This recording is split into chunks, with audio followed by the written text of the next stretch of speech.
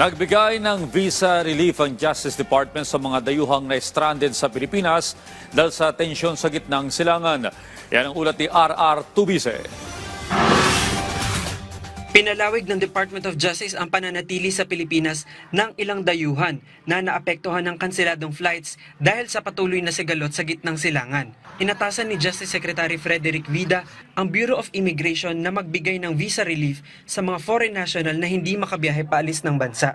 Nilagdaan ng Department Order noong March 9. Ang mga dayuhan na may expired na visa mula noong February 28 ay maaaring manatili sa Pilipinas hanggang April 1. Hindi na rin sila sisingilin ng anumang bayarin, multa o penalty sa kanilang pag-overstay. Ayon kay Vida, bahagi ito ng tulong ng pamahalaan sa mga taong direktang naapektuhan ng sigalot sa Middle East. Isa rin anya itong paraan ng Pilipinas upang ipakita ang pakikiisa sa panahon ng pandaigdigang krisis. Samantala nanawagan din si Secretary Vida ng pagkakaisa sa loob ng DOJ upang magtipid ng enerhiya at krudo dahil sa lumalalang krisis sa langis dahil pa rin sa sigalot sa Middle East. Hinihikayat niya ang mga kawani ng kagawaran at kanilang mga pamilya na manguna sa pagtitipid ng enerhiya at gasolina bilang suporta sa panawagan ng pamahalaan para sa mas epektibong paggamit ng enerhiya. Kaugnay ito ng direktiba ni Pangulong Ferdinand Marcos Jr. na paigtingin ang energy conservation sa mga ahensya ng gobyerno.